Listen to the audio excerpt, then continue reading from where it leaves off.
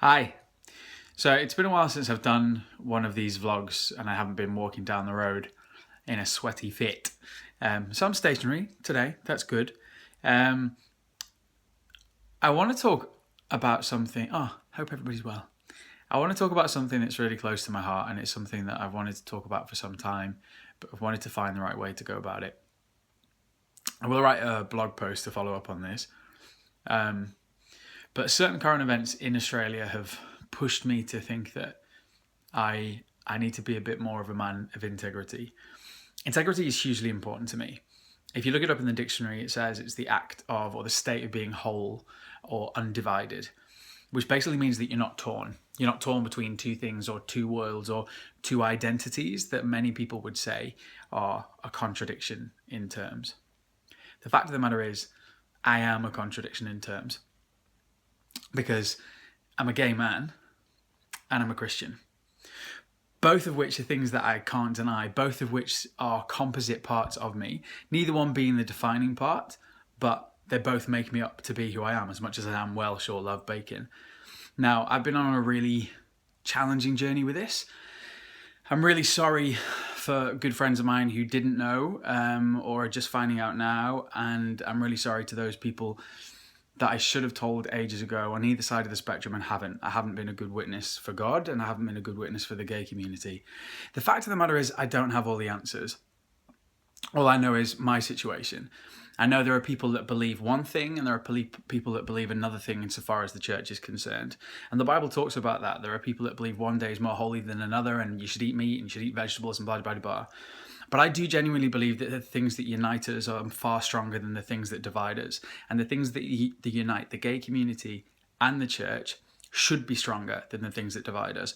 The gay community has, not often through ill will, but just through the way things have worked out, been ostracized, vilified, and lots of people have been left hurt. Well-meaning Christians are left in churches not really knowing how to address the issue, loving gay people in their world, but then feeling conflicted by what the Bible says. So some people throw away the Bible altogether, throw away the Bible with the bathwater. But that's not the answer, because we know that the Bible's true. But it has to do with interpretation. It has to do with how that's lived out, and it has to do with how we show that grace to people. Now, I'm not looking to be the answer, because I know lots of people respond to the life of a gay Christian in different ways. But in the coming months, there's going to be a lot of voices that are going to speak on behalf of gay people or on behalf of the church. And the things that they say will potentially be quite damaging to people on either side of the debate. And the people I'm most concerned about are LGBTQIA Christians, or just LGBTQIA young people who find their whole identity discussed in the public domain as if it was something that other people should be agreeing upon.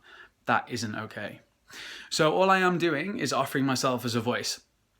I will be talking about it. I'm going to write a blog to follow up on this to talk a little bit more about it in depth. But I just want you to know that whoever you are, that you're loved. Yes, it is confusing. Yes, it is incredibly painful. I do understand because you hear people on either side of the debate that really don't understand the other. But we need people to bridge the divide.